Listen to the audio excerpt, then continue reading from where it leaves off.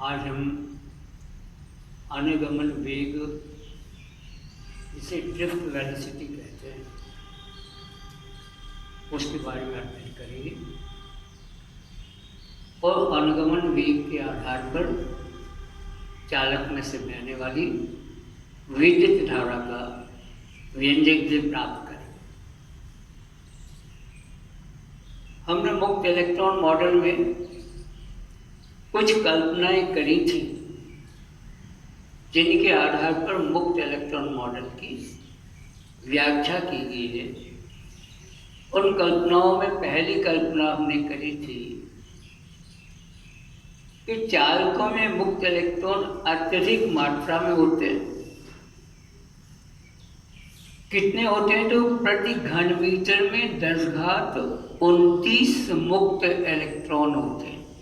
मुक्त इलेक्ट्रॉन कहा मैंने, जो कक्षाओं से पृथक हो जाते हैं, मुक्त इलेक्ट्रॉन।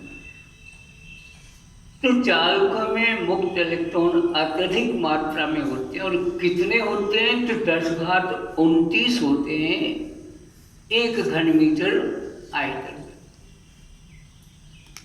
अब इतने सारे इलेक्ट्रॉन, तो कल्पना की गई कि ये इलेक्ट्रॉन एक फ्लास्क में भरी गैस के अणुओं की भांति व्यवहार करते हैं। जैसे किसी फ्लास्क में गैस भरी हो तो उसके अणु जैसा व्यवहार करते हैं, चालक के अंदर मुक्त इलेक्ट्रॉन भी वैसे व्यवहार करते हैं। इसलिए इन मुक्त इलेक्ट्रॉनों को इलेक्ट्रॉन गैस के नाम से भी पुकार देते हैं। तो चालक के अंदर जो मुक्त इलेक्ट्रॉन भरे होते हैं बहुत अधिक मात्रा में, इन्हें हम मुक्त इलेक्ट्रॉन गैस के नाम से भी पुकारते हैं। ये जो मुक्त इलेक्ट्रॉन है, ये अत्यधिक वेग, अत्यधिक में 10⁵ मीटर प्रति सेकंड, इतने वेग से अनियमित गति करते हैं। इनकी गति की दिशा लगातार बदलती रहती है, आगे पीछे होते रहते, ऊपर नीचे होते रहते। ये इलेक्ट्रॉन अत्यधिक वेग 10⁵ मीटर पर सेकंड से अनियमित गति करते हैं। इसलिए चालक के किसी परिच्छेद से इनके प्रवाह की औसत दर 0 होती है। वहीं पर गति करते रहते, अनियमित गति करते रहते हैं। विशेष रूप से एक ही दिशा में इनकी जो दर होती है चलने की, वो 0 हो जाती है। अब जब ये चालक है और चालक की सड़क पर विभवांतर लगाएंगे हम, या कहेंगे चालक को विद्युत क्षेत्र में रखेंगे। जैसे यहाँ पर एक चालक प्रदर्शित है, इसके एक सिरे पर हमने धन विभव आरोपित किया है, दूसरे पर एक टर्मिनल इसका धनात्मक की ऋणात्मक टर्मिनल है। तो विद्युत क्षेत्र की दिशा किधर होगी? विद्युत क्षेत्र की दिशा सदैव धन आवेश से ऋण आवेश की ओर होगी, धन सिरे से ऋण सिरे की ओर। ये जो यहाँ पर बना हुआ है, चालक का चित्र बनाया है, जिसमें MN के नाम से प्रदर्शित कर रहा हूँ, इसमें विद्युत क्षेत्र की दिशा M सिरे से N सिरे की ओर।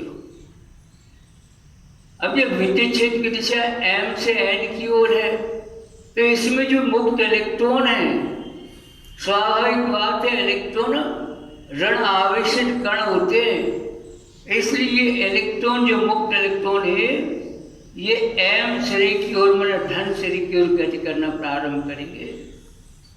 धन सिरे की ओर गति करेंगे मतलब विद्युत क्षेत्र की विपरीत दिशा में ये गति करेंगे। तो मुक्त इलेक्ट्रॉन अब विद्युत क्षेत्र की विपरीत दिशा में गति प्रारंभ कर देते हैं, लेकिन ये सीधे चल नहीं पाते। इलेक्ट्रॉन चलेगा तो किसी धन आवेश से टकरा जाएगा, धन आवेश से टकराएगा तो इसका वेग 0 हो जाएगा।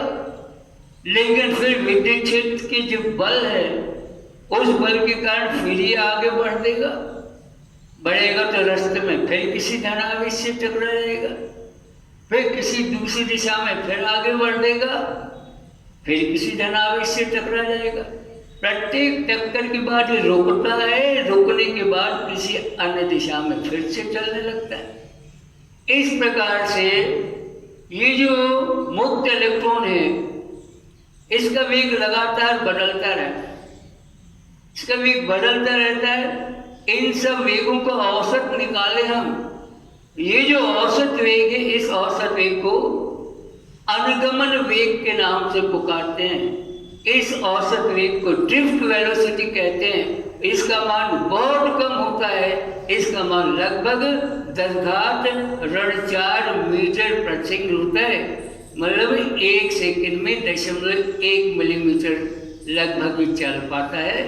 तो ये इसी बात को यहाँ लिखा है, अगर ये जो मुक्त इलेक्ट्रॉन है विभिन्न चक्रों में इनका वेग, औसत वेग v1, v2, v3, vn वगैरह हो तो ड्रिफ्ट वेलोसिटी होती है अनुगमन वेग, इन सब वेगों के औसत के बराबर होता है। ये अपन अनुगमन वेग के बारे में चर्चा कर रहे थे और अनुगमन वेग की जानकारी के आधार पर हम किसी चालक में से बहने वाली धारा का व्यंजक निकालेंगे, उसका समीकरण स्थापित करेंगे। तो मान लो ये चालक Mn चालक है, इसके M सिरे को धन विभव पर, N को ऋण विभव पर, मान 1 को उच्च विभव पर, दूसरे को हमने निम्न विभव पर रखा है। तो जैसे हम बात कर रहे थे ये इलेक्ट्रॉन किधर गति करेंगे, मुक्त इलेक्ट्रॉन, तो मुक्त इलेक्ट्रॉन ऋणावेशित कण होते हैं तो धन विभव की ओर, धनावेश की ओर गति करेंगे, इसलिए मुक्त इलेक्ट्रॉन M शरीर की ओर गति करेंगे। लेकिन हम पढ़ चुके हैं ये एकदम गति नहीं कर पाते, रुक रुक के रास्ते के धन आवेशों से टकराते हुए इनकी गति की दिशा बदलती रहती है। प्रत्येक टक्कर पर इनका वेग 0 हो जाता है, फिर विद्युत क्षेत्र के कारण फिर ये अपनी यात्रा शुरू कर देते हैं। अगली टक्कर पर फिर इनका वेग शुरू हो जाता है, फिर किसी अन्य दिशा में यात्रा शुरू कर देते हैं। इस प्रकार से चलते हैं और ये जो इनका औसत वेग है इलेक्ट्रॉन का, इसको अपन अनुगमन वेग के नाम से पुकारते हैं। ये जो Mn चालक है इसके अनुप्रस्थ काट का क्षेत्रफल माना कि A, अरे ये अनुगमन, ये Mn यहाँ पर चालक हमने बनाया है, इसके अनुप्रस्थ काट का क्षेत्रफल माना कि A है और इसके प्रति एकांक आयतन में मुक्त इलेक्ट्रॉनिक संख्या N, माने इसके प्रति एकांक आयतन में मुक्त इलेक्ट्रॉन N है और प्रत्येक इलेक्ट्रॉन का आवेश E से प्रदर्शित कर देते हैं, स्मॉल e से। तो हमने मान लिया प्रत्येक इलेक्ट्रॉन का, मुक्त इलेक्ट्रॉन का जो आवेश है वो आवेश स्मॉल e है। अब यहाँ देखिए हमको अनुगमन वेग में धारा में मुक्त इलेक्ट्रॉन, एकांक आयतन के मुक्त इलेक्ट्रॉन और अनुप्रस्थ काट के क्षेत्रफल A, इसमें कोई संबंध अपन को स्थापित करना है।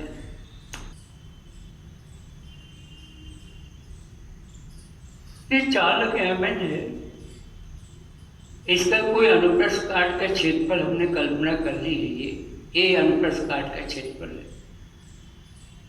और अनुप्रस्थ काट के क्षेत्रफल में से इलेक्ट्रॉन धन शरीर की ओर अनुगमन वेग से गति करेंगे। अनुगमन वेग को Vd से प्रदर्शित करा है, मतलब 1 सेकंड में ये Vd दूरी तय करेंगे। अनुगमन वेग, वेग माने किसी विशेष दिशा में चली गई दूरी को वेग कहते हैं। तो 1 सेकंड में D से C तक दूरी Vd दूरी तय करती है, इसे हमने अनुगमन वेग कहा है। तो ये जो A अनुप्रस्थ काट का क्षेत्रफल है, इससे मुक्त इलेक्ट्रॉन धन शरीर की ओर गति कर रहे हैं, ये अनुगमन वेग से गति कर सकते हैं, हमको पता है। माने 1 सेकंड में Vd दूरी तय करें। अब Vd तो दूरी हो गई और A अनुप्रस्थ काट का क्षेत्रफल है, इस मतलब ABCD हम एक बेलन की कल्पना कर सकते हैं जिसका क्षेत्रफल अनुप्रस्थ काट का क्षेत्रफल A है और जिसकी लंबाई Vd है। ये जो है इसका बेलन ABCD, इसका जो आयतन है वो आयतन A इंटू वी डी आयतन हो जाएगा। तो क्षेत्रफल इंटू दूरी बराबर आयतन होता है, तो A इंटू वी डी आयतन हो जाएगा। किस बेलन का? जो small a small b small c small d से प्रदर्शित है। मतलब 1 सेकंड में A अनुप्रस्थ क्षेत्रफल से जो इलेक्ट्रॉन निकल के आएंगे वो ABCD आयतन में समा जाएंगे। तो हम यो कह सकते हैं कि 1 सेकंड में A अनुप्रस्थ क्षेत्रफल से गुजरने वाले इलेक्ट्रॉनों की संख्या ठीक उतनी होगी जितनी ABCD बेलन में समाये हुए इलेक्ट्रॉनों की संख्या होगी। अब देख लें अपन एकांक आयतन में, इस चालक के एकांक आयतन में हमने इलेक्ट्रॉन की संख्या n मानी है, इसलिए A इंटू वी डी जो आयतन है इसमें इलेक्ट्रॉनों की संख्या n into A into V D हो जाएगी। ये इलेक्ट्रॉन की संख्या होगी। कौन से इलेक्ट्रॉन? जो 1 सेकंड में A अनुप्रस्थ काट के क्षेत्रफल से आगे आए, ये इलेक्ट्रॉन की संख्या हो गई। लेकिन एक इलेक्ट्रॉन के आवेश को स्मॉल e से प्रदर्शित करते हैं, इसलिए NaVd इतने इलेक्ट्रॉनों का जो आवेश होगा वो आवेश Q बराबर NaVdE इतना ये आवेश हो जाएगा। ये आवेश 1 सेकंड में प्रवाहित हुआ है अनुप्रस्थ क्षेत्रफल से, तो समय यहाँ पर 1 सेकंड का है और इलेक्ट्रॉनों की संख्या माने आवेश की संख्या NaVd ये आवेश है। हमको धारा निकालना है। विद्युत धारा की परिभाषा से आवेश प्रवाह की दर को विद्युत धारा कहते हैं, अर्थात विद्युत धारा बराबर आवेश बटे समय होता है। धारा को I से व्यक्त करते हैं। हमने यहाँ देख लिया है, यहाँ जो आवेश है जो A अनुप्रस्थ क्षेत्रफल से 1 सेकंड में गुजरा है वो आवेश है NaVd, और कितने समय में गुजरा है? 1 सेकंड में गुजरा, तो 1 सेकंड लिख लिया। यदि आवेश को कूलाम में और समय को सेकंड में व्यक्त करेंगे तो धारा I बराबर NaVdE इतना कूलाम प्रति सेकंड होगी। लेकिन कूलाम प्रति सेकंड को ही एम्पियर कहते हैं, इसलिए इस चालक में से गुजरने वाली धारा I बराबर NaVdE इतनी एम्पियर धारा ही